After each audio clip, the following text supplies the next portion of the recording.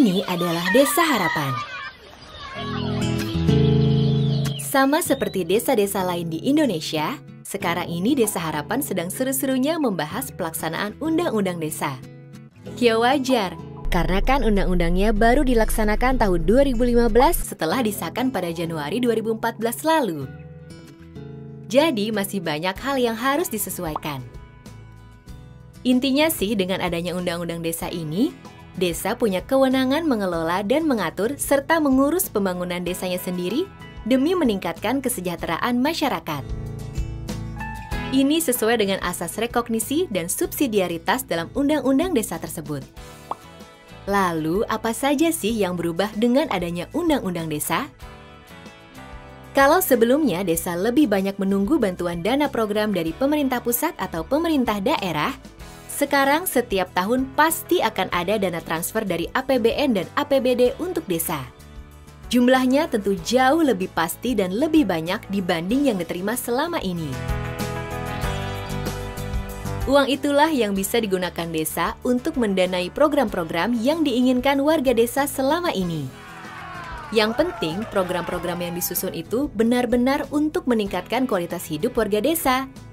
Dengan keleluasaan seperti ini, warga dan perangkat desa seperti di Desa Harapan tentu akan semakin terdorong memanfaatkan sumber daya termasuk uang yang ada untuk menggali, menemukan, ataupun mengembangkan potensi desa yang ada.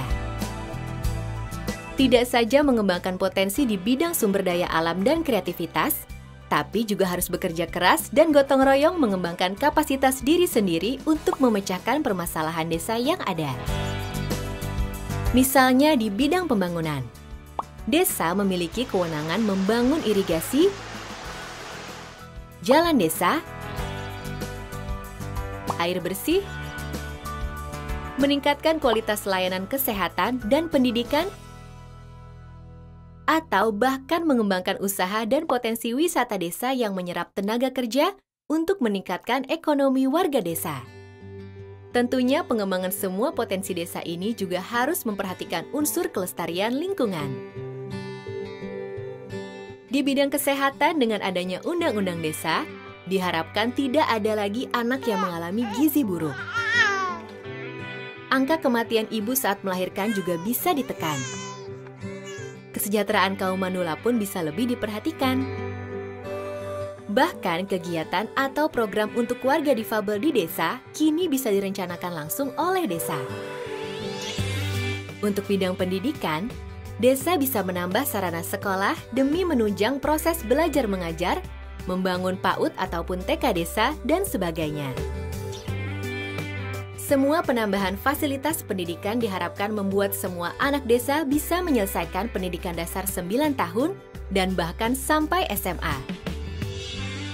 Semua ini tentu bisa diwujudkan jika dilakukan secara bertahap.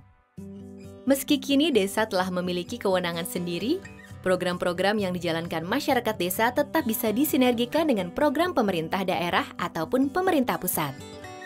Jadi, desa tetap bisa meminta dukungan dari pemerintah kabupaten atau kota, provinsi, atau bahkan pusat dalam menjalankan program yang diprioritaskan sendiri oleh desa.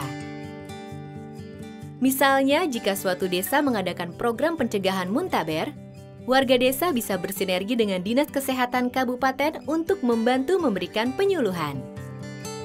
Beragam kesehatan pengelolaan desa secara mandiri itulah yang membuat Desa Harapan dan desa-desa lain kini begitu antusias aktif berpartisipasi mengusulkan program-program terbaik. Nah, kini warga dan perangkat desa bisa bahu-membahu, gotong royong, serta kerja keras untuk mewujudkan secara mandiri dan mengawasi proses pembangunan secara bersama-sama.